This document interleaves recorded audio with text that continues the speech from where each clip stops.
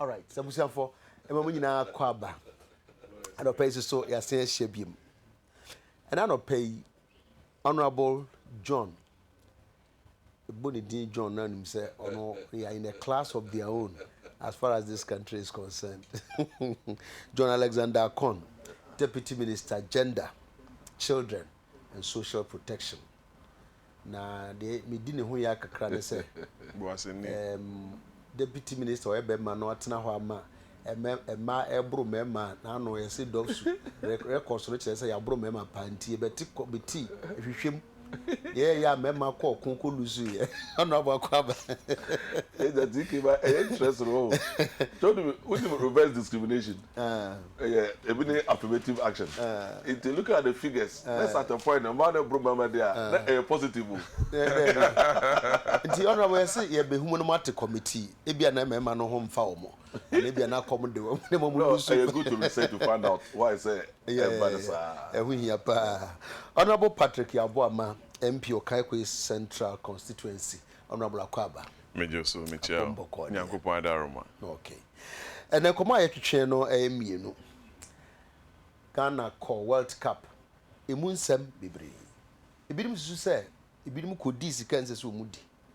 Ebinim susu se na ye no ka ho bi ntina na ye performance no enye. Ebinim susu se ye ta jaja niema ye jaja ye hododo. Sa asemi epimamamu ni nyina apimamampani e ma na ye na adwene se obete ho commission ne tenase ye nyina ye nitua nsema epiepie mu 3 months after commission no ewi omadwuma no omode omo report akwa mampani na commissioner no aka bibi o se sa commission we se de ma na yeso nko kakra ne se omo ewi omadwuma mpo no bra no ombe pese ombe hwe se recommendations na omo ye no yede ye adwuma na eno be ma ye commission tie ne ye committee tie no asesa saa kwan ya ye fa so yi eno ya asem ba ko pese ebisa no ebisa se ko ne se enipa bi titire bi ho koka saa nipa no ye betimi na fa kwan so ana bi se ye hwe ye chi a pebebre be hwe se commission bi ya report ya indict nipa enso so na report no ye da ho indictment no da ho na indictee no nam ne baabi enti ye bisa ho asem se be kwa kosisen ye nuanum Nigeria fo ato aba ya te se se nne ye benya results no na se ye sititi ne ye se ade na asa eboso dodo egudwumadi ya so yi ye be hwese ye beti komo e wo Nigeria ye ne deputy PRO Nigeria posipa mo posidom mo PRO be twetwe nkomo e wo dwumadi so ye bisa se ye ho ye din ana na kwashe ba ko a me bisa de se saade ya asa ye beto aba yenkoto bodamu yehu ye di hu ahyeri pemu ye bi ye beto aba na wi nso na entesa enso da bia no adekro na ye no eboa ye ana ye nyini da emfiri saade no mu sa nkomo twetwe na ye twetwe nso betumi asa de text abaso 1441 Honorable Alexander economy shase emfiri so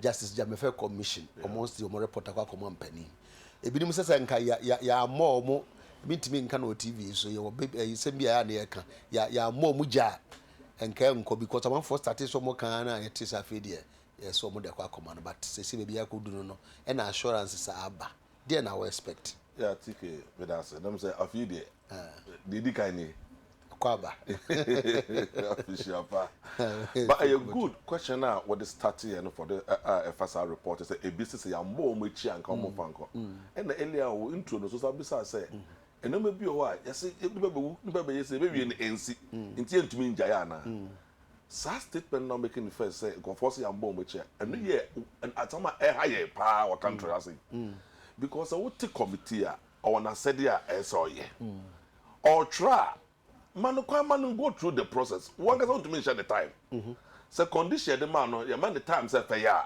or the be public settings or we are mo amunim okotenase I feel the man agasa no ebe no mo na lawyer for the munim wa jene fast and then fast ni na afra and all conoma discuss now what don't conclude recommendations at the akọ in this particular case yet say report no I ready but no munye obi mfa ma no Sana itete. You know, because normally report of importance, o set the presidential commissioner, we you anka o the ama president nankasa.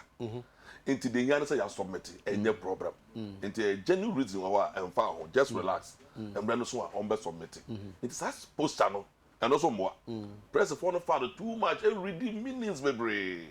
By the miadum and sa ak. But the new partner say your country say Ghana no. Sa Brazil no. Tike ne ebeba. Nebeba. Honorable Chairman, 1 minute to be paid. Nanka ye na yenko Nigeria yanhwa ya homa no atiko. ASP Abayomi Shogunle, a deputy PRO of the Nigerian Police Force. Thank you very much, ASP Abayomi, for responding to this call, and good morning. Good morning, sir. And how do you do? Fine, thank you. Thank you for having me. How is Nigeria now? How is the situation now that we are all expecting the results sooner or later? Sorry, I don't know if you could. I can't hear you clearly. Well, what I'm asking is that how is the situation like in Nigeria now? Okay, the situation from Nigeria is calm as we speak, and as we speak, the Independent National Electoral Commission has released the results from 18 states and the Federal Capital Territory, making 19 as we speak. And so far, the citizens are satisfied with the results that are being released by INEC. Now, you initially indicated that there is calmness in Nigeria. If I may ask you, is it an uneasy calm or a calm in expecting that Nigerians are going to have what they really voted for? The calmness we have in Nigeria is a perfect calm, so to describe it, and this is because the citizens are satisfied with the results that are being released by the Electoral Commission. And the political parties as well are satisfied with the results that are being released. If I should ask you that, when exactly should we expect the final declaration of the results, what will you say? Because interestingly, those of us who are in Ghana are very much expectant as you in Nigeria are. Well, as promised by the chairman of the Independent National Electoral Commission, that by 10 a.m., that's 10 o'clock this morning, Nigerian time, that's in about 40 minutes, the Electoral Commission will continue with the release of the results, and hopefully before the day runs out, we should have the full results in. I see. So the assurance is that by close of work today, 31st March 2015, we should expect and know who is Nigeria's president, whether it is the incumbent or some other person, not so. Well, as promised by the Independent National Electoral Commission, that would happen.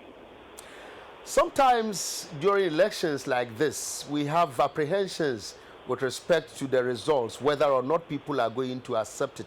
I don't know if that apprehension is also with you in Nigeria. As we speak, the two leading political parties are satisfied with the results that are being released. The citizens are satisfied with the results that have been released so far, and we hope this will continue. We wish to thank you very much, ASP Abayomi Shogunle. We may have to call you again if the need arises. Thank you so very much. You are most welcome. Always my pleasure. ASP Abayomi Shogunle, Deputy PRO, Nigerian Police Force, and I don't train and Common Assembly Tia.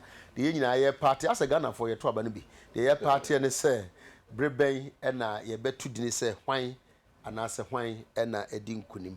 Said ye TFA and we also say, the Electoral Commission for Aka, Amanatan say, a day inquiry, ye dear needs to say, dear Obabe Nigerian President, to say, yeah, good luck, Jonathan, and I say, Muhammadu Buhari no na yede atuja yene kase free Nigeria live. Honorable ya vibrofo. You're good, but I can't 70. All right, okay, yeah. Now because Brazil na ebeba dach. On say obia I say we aim no strategic direction. I mean say o ko 2006 ayen ko bi da. Enije no kura bo administration obi kura hwe kwan a yede Echo, but you qualify. No, say born as so call as empo, you qualify that time no. Na criminals ye year crowd free more and fa case kese amba. But according to us South Africa, now we do almost because we can't for emphasis almost semi-finals. But Suarez. But for Suarez. Now say the future one in that's one no akosoro. Number one on the football side. The other side they say administration the kwai fa kono I feel starting raise issues because obi interest as answer kase I feel they Ghana fi be say qualify e prepare qualify against Egypt to kwa hwe tension e ba yeso okroma because you say e kwan bia no e say Ghana e ko bi inti no mana ye bu ye ni egu so no e be start e unity wo de show na ye nim kura say wutua bonuses wi a e say tu appearance fee you say wa bo wo ka no e na wo kwa wo de ya bo bonus you try play you do you bonus ni na you to amount na fe dey na appearance fee una appearance and Ghana na appear but sana I don't know almost $50,000 e ma yan nkofo Yeah. in South Africa it could do 75,000 I know players so they are bargaining chip so my 50 there I had 75 there and they say 100 Yeah. Abans so that be yen to me nkosa na no creative problem in 75 no cry you dwuma wa ha and can say solve e ma ne ko say you you could draw ya bo na obi a ko World Cup na bi say you could disco Holland o ko say bi say you coach eno ma na ehu hia pa no afi bo appearance fee amba cry ye mbo Yeah. na so akọfa ntọkọ kase ababa so tro nyina epiemu na ya de bi a ebi fa no planning say ye ko ye nim no ye mfa de say esi a na ye adwunu ho ana say anamon bi a time abetu ye bi ya no ekwan we na ye say ye fa so Which is better? say ye hu bia ye ekwan ye de ko na obia te no ho ase say Ghana qualifier say ne be ye sa sika we ne betua ye du sambere ya na eno nyina de da oboko ayasa etu emputupupe na afi na obia de na adwen eba na load kase akoda Ministry of Finance and Sports na afi aka wadwene discretion yenye dai yemfa ne say bebre Nti woni be ya adwen honorable say in this particular case ya ntoto ye neme yie wo sa kwan na so and because everybody ko continuously ye down structure ye the supporters ko send yemfa wo monko ekwan be ne yemfa so mfa wo monko a corporate and as about sika ho ehunya say do mbekọ na nyina say toto continuously baya na enye won ha kra honorable say enipa ya omo ye do mototo say anwuma na no omunim sa na me nyina omo na sebi mesre meka omo ko school e church omo say mo be ye pre planning mo be hia mo be ye say enekra de bia baba ye se de be ndie ba analysis feasibility studies hwan sa na me nyina wo ho and yet yenye na BBC ababeto yen afi na ye kwakote ho commission tike the okay na all of us obi was adwen no but ni nyina echi no you say memfa wonkwa wadwen ne NFL no structure so you say kwan na ye kona nya agya atum a obi ade na adwen egumu bi na ya twera to eno nye tike de ye agya atum say de be ye adwuma no and they said into one structure a problem it you see tintim ne krata so unim relationship all of a sudden GFA crap person or you powerful I was hide we echa aban o ka ka na the linkage the coffee fa enso abetum e che chere wonsa ansa chere wonsa commission kro mo set kra no sa issues no bi e ba soro mo wo right mo betumi afre ye ntwen coffee fa na onfa resources umra enso o pesika de akwa de fifa de ba o ayo mind na deba it is hard number ni nyina say yes state ni nyina pe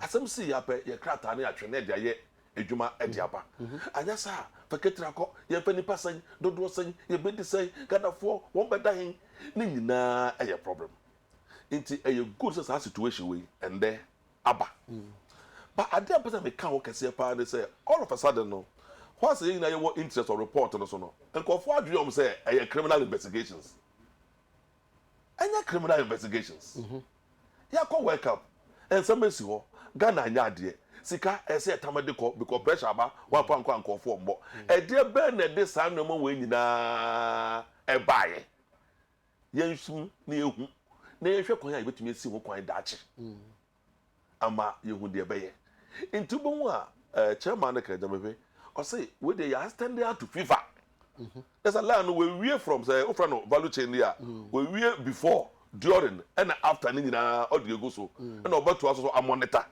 ehu say de ekono eye nti ayade a ebebo ye nyina as a country me sure say ehon na ehwehwema so kakra said the mandate na commission be nya bi na me kasa after say obewie no lawyer for me see no say see na establish ya no e ma almost a mandate no but otumi be na report na kodi ne nsam no ono otumi ono yi wo na we dey no say me dey implement but there's an issue there one side the law aside there's an issue say okay so obesu nya edwuma ono so ne prestige ne dignity ne numunyam eda edwuma no so into onu tumi say obeforce but at least say nipa no tumba out say ne kan about remember now say no na ye na paper into no so nka wo to ka so monitor just say nipa no the normal say ye position ni into what of it to ka say na me so me ye adwuma bi into to say na no me ni legal mandate me ni embra all behind me but wa broad ma tena so nko ade me so me die kira hwese ade na ye de ye adwuma into na ye say ye balance and say no ye frɛ wa na wo ba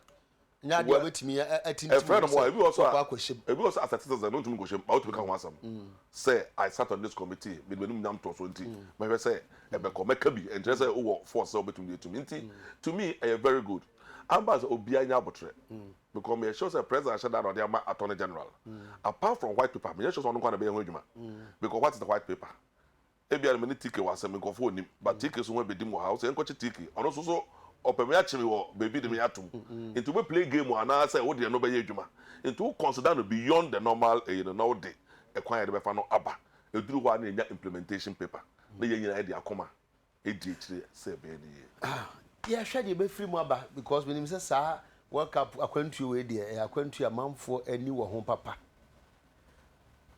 yaw TK commission e the report akwa man penny finally yo medas michia ne watie for ne be constituency for enyina joso kankwe central for kanka na mefa wa fidie so achia o kankwe no for na first me constituency na echemu na papa panyi bi o time achipa ye adwuma wa free mu ra Mr. Fachao ene na wotwida na for atan so ti mefa konya so amabusuafo nyina ya akone o kankwe no for ene 1 week no meko ho ne o makokudi na yemra the main topic commission of inquiry president set up with CI 65 president tie Ghana for no set up sa commission na enye dedi kan ni football so what dey chire kakra commission committees bebre ababetwam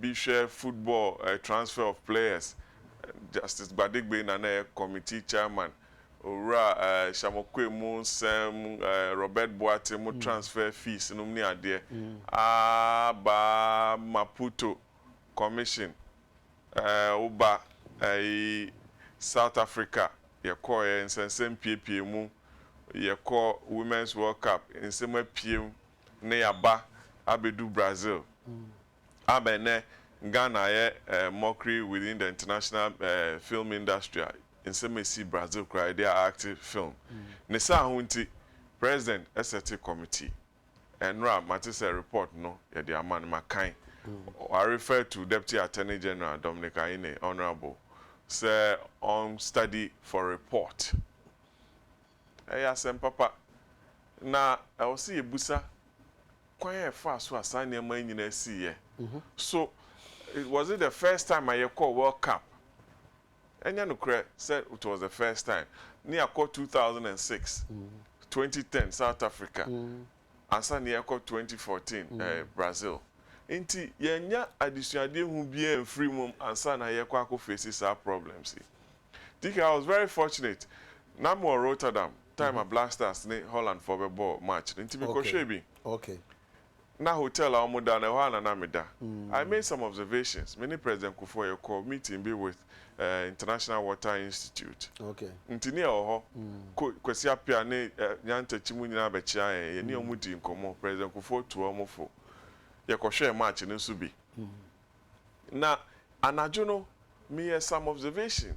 Mitimu say there was some issues of indiscipline both from the playing body and the management. Either say after match, they broke camp or whatever. I saw some problems, but now I feel say, Ombeko America the following morning on the first flight. I checked. There was an issue in Tikra, Kwesi Nyantechi, went to Miambedu Rotterdam in time for the match. He got there on Thursday. The match was on Saturday. It meant say me check here now say your transfer is kebi mom when ya ni nyina into I wanna me who say niama bebre akoso build up no there were issues no muntu bi nka hihye omobo players no to say bi mutina economy ekosi America na Brazil yensen bebre any kodu Brazil ekodu Brazil so na ekosi winning bonuses appearance fee hunsem enum ne ade and a president setting up committee. Fast forward. Committee now is setting recommendations. I was say about implement here. And on a Ghana for be pese omunya rehyiemu ne akomapa. Say omunya GDS president and a committee about implementation no. Ebetima implement all the findings of the committee to the letter. And you be as a court of appeal judge. And a very senior practitioner, Moses Farm, when in Adako, and actual reporting. In the end, Kobase almost says I bring no recommendation a bebano, na quite political, ye be moody free. No, Ghana for pet no crano. Say, Baya 2018, ye call Moscow. Yen kushia sa near money in Abbey. That is the roadmap. Inti be our reports and be a bit changing the face of Ghana football or our appearance at any international football competition. It must be implemented. Na member committee na baso say almost so my omajuma na Ghana for also did said they presented the right report and invited the right people to appear before it. Inti see ano there. You to be commission and no. And be a referee and Krakusu or Abia, and now Odia to one. The Ghana for here and they say report, and the fine details of the recommendations are buying, be bold, no way to implement because yet in Sembe Bray, and we want to read the report in its entirety. Say, I was seeing a near kind sanity, I was buying Sakan, I saw the two online. Now, you know, no pen and care print be near share recommendations. They say we cannot speculate because you name near womb. Intermediate, they say at another opportunity, oh, friends, at time near recommendations, maybe now, yet me interrogate you, say, buying. Betima master the necessary courage I implement a report now. Inti you're trying near her the Alpha report based on the study and report by the Deputy Attorney General. As to whether so or the mandate to do that, so it's another matter. It's emergency here. Well, me yes assurance here by more than 9 so ya church them. It's a 400-page document. Yes. Executive summary, all right. See, yeah, they be young crank 400 nina in be, and then anka possibly cranka proceedings no crank record no be cranky beshim. Nanka sometimes a boapa. Honorable, yeah, call Nigeria. But just the first one, minute. Oh, say there's a relationship issue. I just have reported a cure. What kind of time ago there were issues at President Mers, the late President Mers, called Switzerland, into Okosra, of course the blatter there were issues about that relationship FIFA so ebe share muso e wa e se yi sa de no free because ya hwe ya kwese de FIFA no o mo de hwe o man bia so o kan ni so bia ka bia e issue a e se yi free o kase pa ebe dey because FA no independent body under the FIFA. But only limit. Any governmental control. Any governmental control. Yes. But there's a linkage. There's a linkage because I mean the music is shame to what extent. And so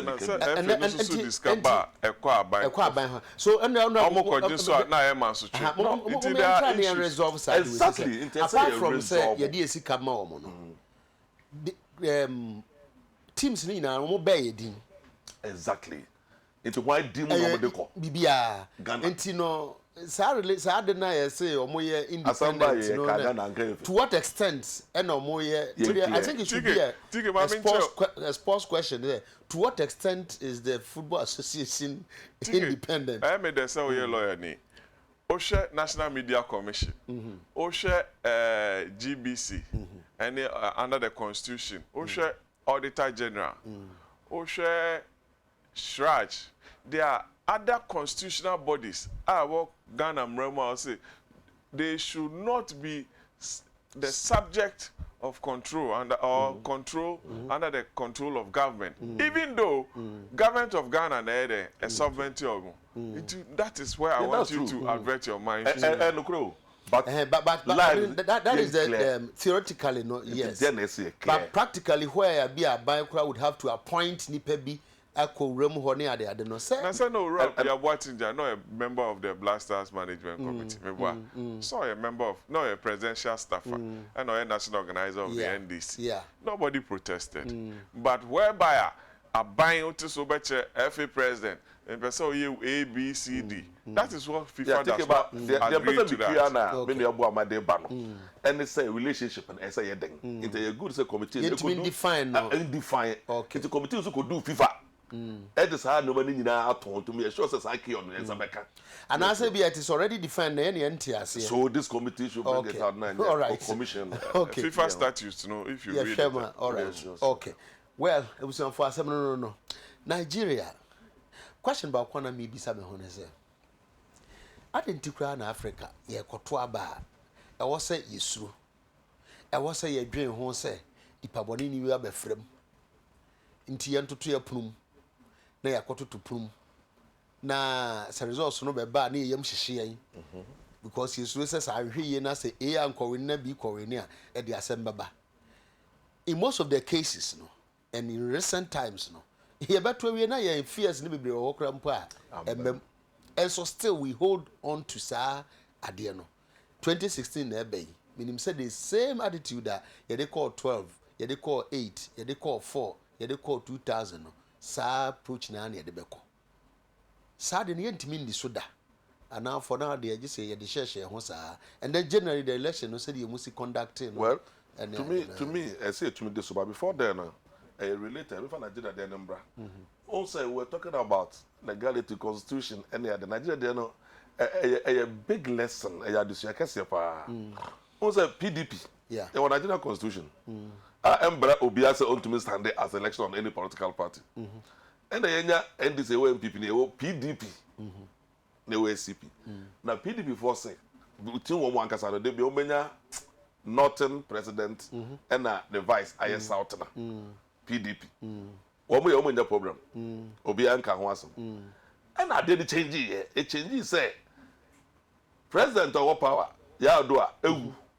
Constitution so makwan say South na ye the vice no. Ono a oye vice as a result of that position no. And they say act as president until that time no ebeso. And the liberals one more can say yes, you was some brother da ho. But pay one time pay we tun so be president on to me go vice bio under that circumstance no looking at it no inti yamani trust that time we enwie na san fa yedwumedie no enkoso and hala na say rabi the yaka no eno wa the yaka and starting PDP issues kase na impedifo so do omo ho ejimu Obasanjo num ne IBB num ne obia in fact most of the former presidents or heads of state. And we are not following now, so they want Jim big time. And they created trouble there about the whole issue, didn't he? And Jonathan, the watching the year, the watching the year, but even then, no can I too close, no. Until when no, I say expect say, so close there's never because the strongest votes, no, and if not, ever work a crowd now, I say no, and not see no, one more contest here, I case no donor, echo to the northern block. Into that my issue, no, a bear dinkakra. Into that's why I too close to call, no. Into a lessons, a true constitution. Into the Biawina trope, Neko created trouble. Into where there was a conflict of the national constitution of the rights of Obia Sabitimaya and when it started, and the party in there.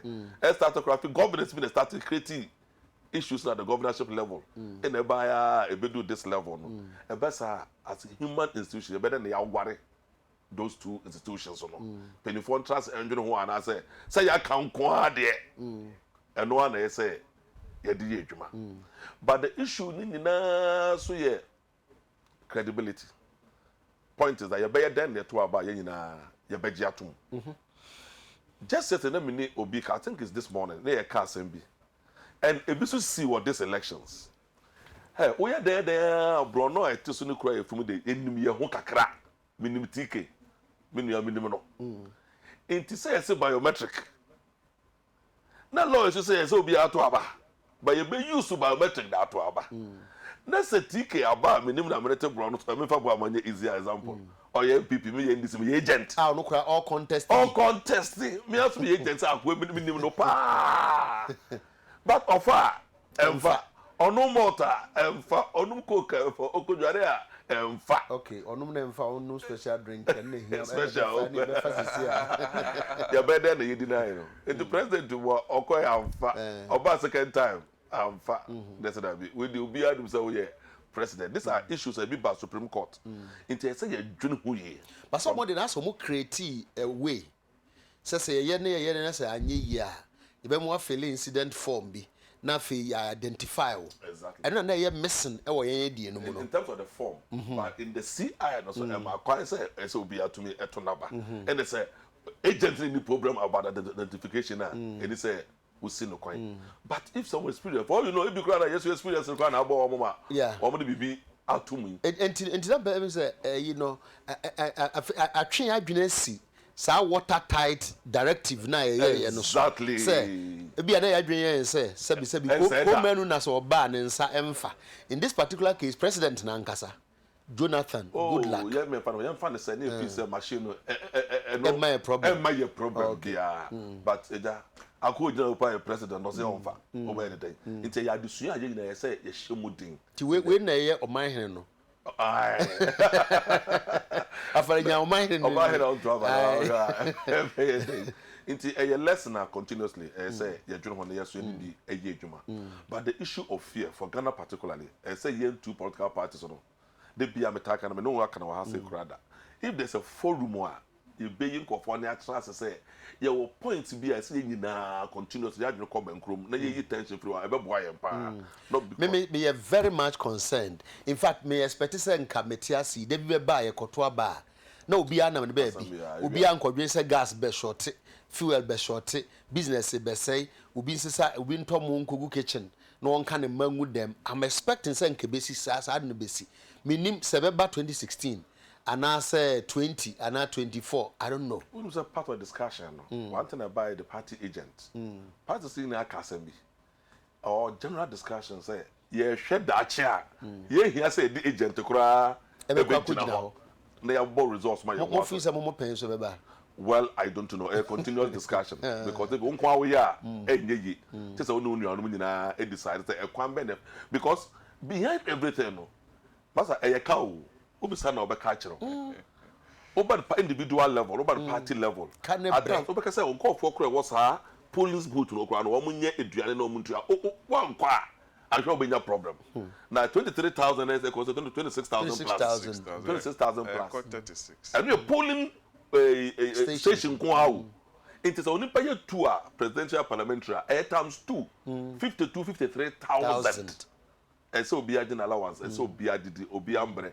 And now also rounds be obekono so 112 184 police stations are and say okoni nyina we are otaso collation center masa den anajo na gina ho enti we should say nyina ye work strongly yeah the box no kokra na odi achi who dey aden and I so they safeguard me kasa be koye presiding officer na ye kona MPP so of course other parties in the no mo bia na MPP ni di me ha na NDC ni di ha say na police ni kuta aba di machi na ye dey na I don't know bomebo na ye dey collation center mama ka asem we na eboa ye NDC me face bi oboase the party office to cafe be one opposite na polling station esi na very funny NDC agents no ya mo phones by can say besides election results on mama constituency officer no who we ya for phone no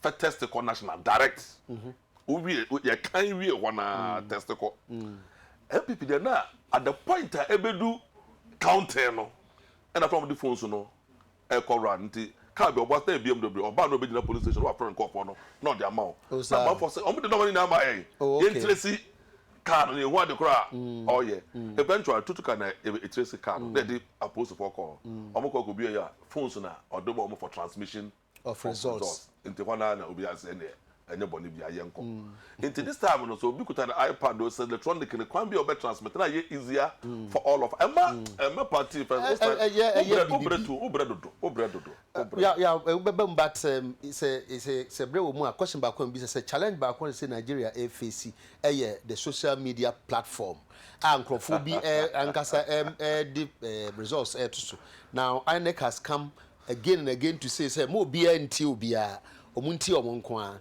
minim say 2016 ya hwesa ad na kwa be fa so be manager because I had there na Ghana ye to abaya kia huni wa we ne dada ya wa de bi ho a obewi ne bi o wa ne win no ayeden press for mo ye bi e say a wo mo kan ya no mo kan afeda na mo ja na mo mboro zo mo ba say call you are calling you are not declaring but then you need declare I no mo call na be ne bobo exactly honorable say me can say honorable account enya 36,000 honorable Rebi ogbe mfa power for yes I heard about when we back okay kwadwo ni me yes me nya 20,000 kwadwo nya 1,000 ojitum that's what I'm saying the key on the me say me can say ntino me feel say wa we ni a we ma one more edit on your problem okay na then idea o can dey problem okay yeah tike we that Nigeria nyami kro kese enye by luck and now we are the biggest country in Africa in terms of population 150 million people yeah and oba fangwa na oil muzu so the 8th biggest producer in the world omo akrachi for ni it's more economy in is Africa the biggest in Africa ne sa hunti omo election no enye only a concern to Ghana or West Africa o share US Secretary of State John Kerry Krakow penfo bebre and I answer your former president I respecting President Kufuor on only the observer mission no ewo Nigeria we share President Jonathan and no so asan share Buhari and making sure say be any on peace council ni penfo making sure say be bia beko according to law na results be yenya the accurate result. Send your car and electoral commissioner and say by 10 o'clock, Omesa to us will release the results. No, Sana or say Bano, and so be a pray no who call announce results we na fat tension about because the best on Nigeria biano it has direct implication on Ghana because Osha countries such as Ghana who are French speaking countries. Nigeria and Kwan a demo ye ni omu kambrofo.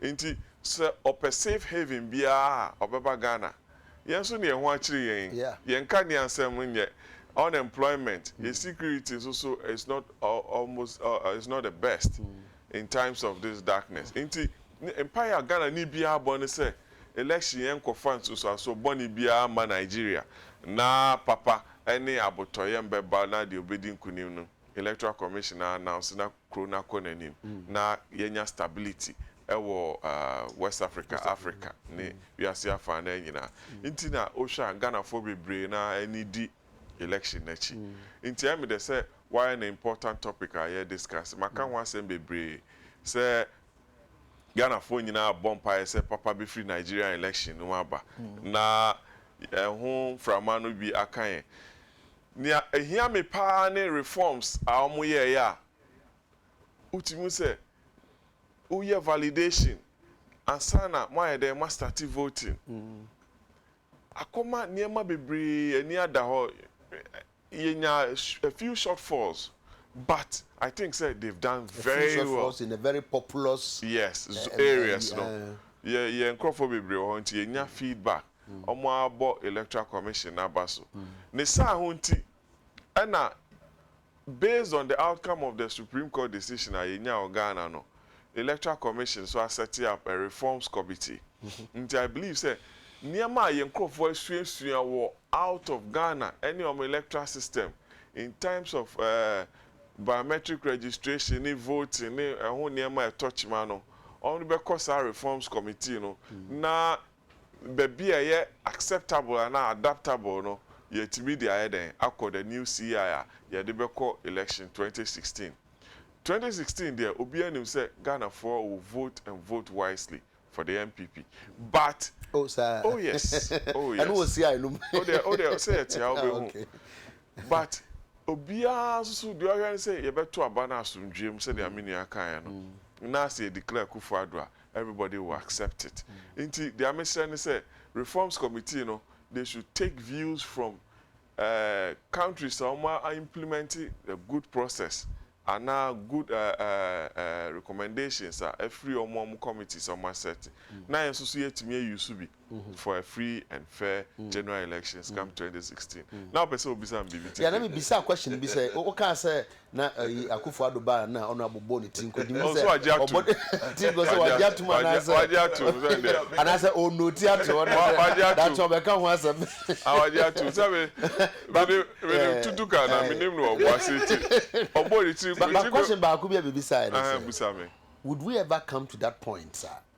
ye koto aba fidi obi a nwene ho say akomantu biem obi a nkoto mongu obi a nkoto banchemfa mehye enkam more nhye infeting gosi ho say that we kukuru ba na makwakọ hye can't we get to that point say possible but not likely sadia no yentimi ndu so say nkofa ntokwa ntokwa kro we there menini but the be eba bedura obetina ye ka na ye hye hom kom na ye share process from 92 96 2000 2004 2008 to 2012 you go through a lot of processes to the extent say elections had to be validated by the Supreme Court into ya kwa kosi full hog into the essence say Electoral Commission mon take advantage of the fact say MPP for anya basabasa ne court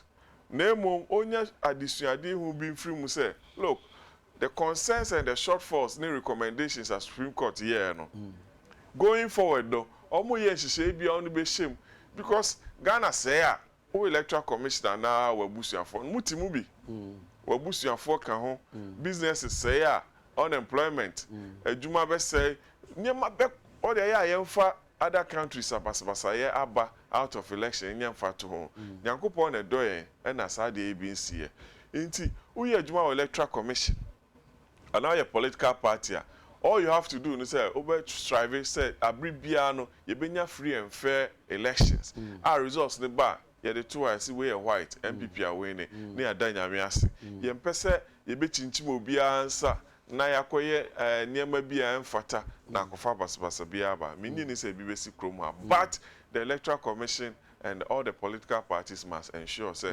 sadia no ensi okroma eno mpa na yebo TK edikan say we steady a trend na improvement abemu pa yekoyenim out of the time I call biometric like as a biometric the continuous registration bio yakoyenim but bia no ensi fako de obesu bia na oduko enim ntimi ye sure say ye bedru ne woka no say ye bekoso ne ye ho akasa committees akasa ye bekoyenim but other point so here me say normally election one the country commission on football no because the need that say be nya no ye nsanka Ghana beshe yentumi anshe. Not really. A part of it. We say no. Yes. In fact, then yes, Shenkwa. Me relate about performance. Na me relate. So you can't anko yam fa 3 million NC play man on the belt oh, nanka. Maybe I na commission. Maybe no related issue. Maybe the others are am perform. Ni na beba. But the make can say abribia say urade kasa e say na yeti. And abribia if the battle is the loss, not the Lord kasa e say yeti. Nti am ya do better about 2016. Outcome. The Lord is and so the battle no be the Lord. Be lost. Na Lord Bekasa. Kasa wi a yentie. Okay. Say NDC wi ni a yentie say urade akasa. Abasa na the honorable di kan Canada. Wa kan results. Esa make out no so. I'm just wa kan results no say na na kufu no support of no dey no say NDC John Mahama wi ni a urade na akasa. Nti a yentie. Na kufu do wi ni a. Oh, I'm sorry. What I say, Akufo-Addo be win. Na me say the battle is the loss no. Urade man nsa so a, the winning no kire. The kire no ene John Mahama in this one. And the validation no say John Mahama. This kasa bi me na koye na. Yentie no your Kasa na there's a joke on social media. There's some friend INEC Nigeria for more you decide say results no say or say election say so we be already including the results.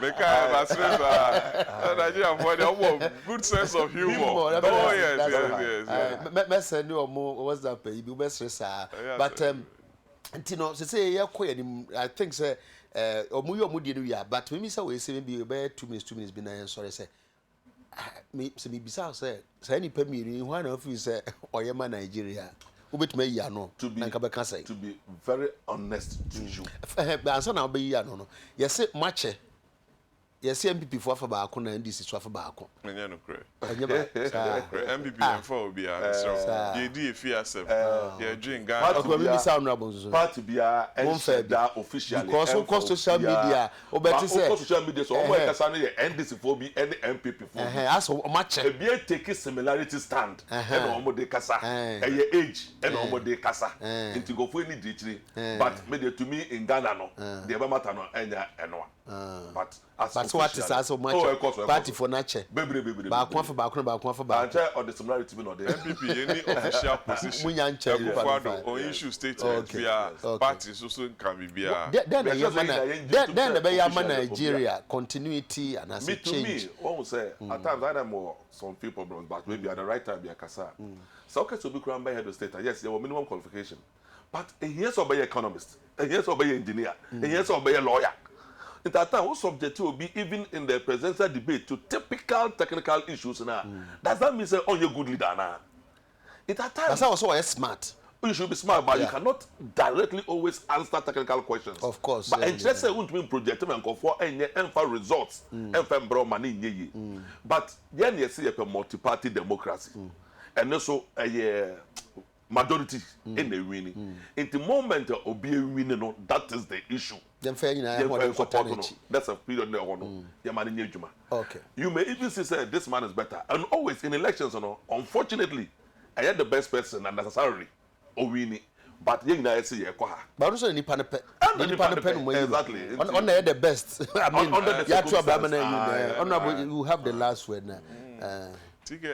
Let me be say, dear now, Nigeria here say continuity and I say change. Nigeria here stability. Stability. I think so. Okay. Whichever way the elections go, they need the stability because some are leaders in the continent.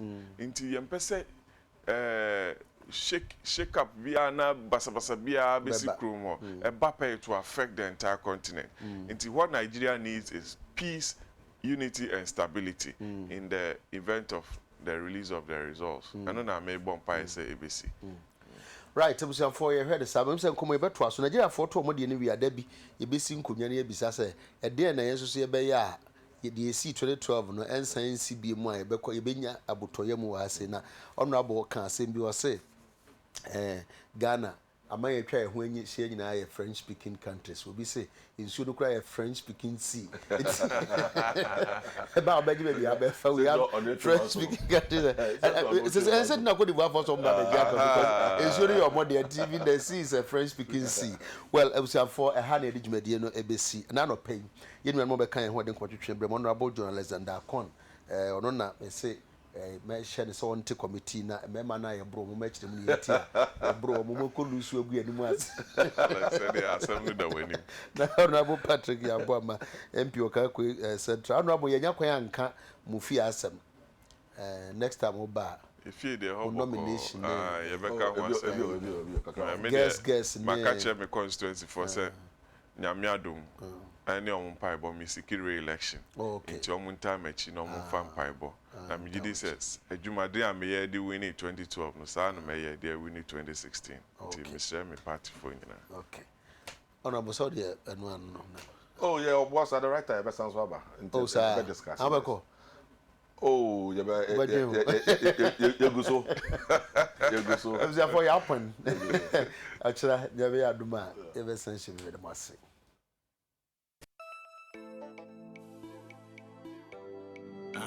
Bravo. Yeah, na ya didn't say. Sikani adi nyina.